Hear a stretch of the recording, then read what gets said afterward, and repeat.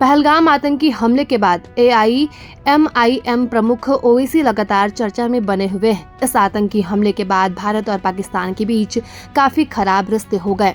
फिर दोनों देशों के बीच सैन्य संघर्ष भी शुरू हो गया। सैन्य संघर्ष के 3 दिन बाद अमेरिका ने भारत और पाकिस्तान के बीच सीजफायर होने का ऐलान किया।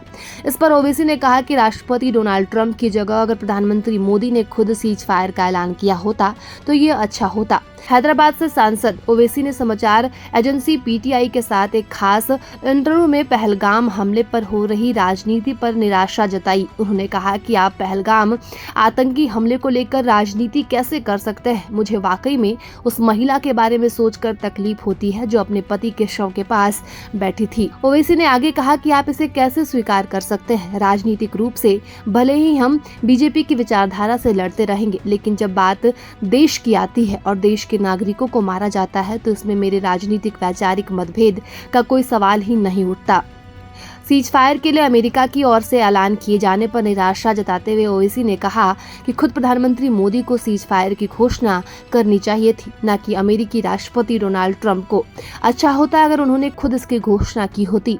पहलगाम में हुए आतंकी हमले और ऑपरेशन सिंदूर के बारे में ओवैसी ने कहा कि कश्मीरी मुसलमानों ने इसकी खुलकर निंदा की है। दरअसल ये सरकार के लिए, प्रधानमंत्री मोदी और गृह मंत्री अमित शाह के लिए एक ऐतिहासिक अवसर है। उन्हें इस मौके का सही तरीके से इस्तेमाल करना चाहिए।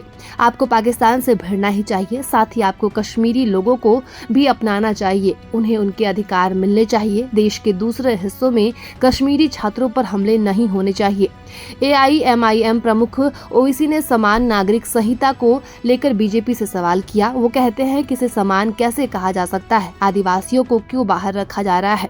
आप हिंदू विवाद अधिनियम और हिंदू उत्तराधिकारी अधिनियम को बाहर रख रहे हैं। हमारे देश में पहले से ही विशेष विवाह अधिनियम और भारतीय उत्तराधिकारी अधिनियम है। उन्होंने कहा कि अगर कोई अपने धर्म के अनुसार शादी नहीं करना चाहता तो वह विशेष विवाह अधिनियम के जरिए शादी कर सकता है। तो ये समान कैसे हो गया? जब आप आदिवासियों और अन्य समूहों को छूट दे रहे हैं तो आप इसे समान नागरिक संहिता कैसे कह सकते हैं? RSS पर निशाना साधते हुए ओवैसी ने कहा कि RSS देश की बहुलवाद को खत्म करना चाहता है और भारत को एक धर्मशासित देश बनाना चाहता है। उन्होंने कहा कि जो लोग अदालतों में मामले दायर कर रहे हैं वे RSS और संगठन के प्रमुख मोहन भागवत के समर्थक हैं, और अगर आपको लगता है कि वे गलत है तो उन्हें तुरंत रोका जाना चाहिए, लेकिन ये सब तो आपकी अनुमति के कारण ही हो रहा है। उन्होंने कहा कि यह RSS का भ्रम का सिद्धांत है। मैं RSS और उसकी विचारधारा को जानता हूँ। ये लोग देश की खास बहुलवाद को खत्म करना चाहता है और भारत को एक धर्मशासित देश बनाना चाहता है। प्रभातखबर.com, विश्वास वही, रफ्तार नहीं।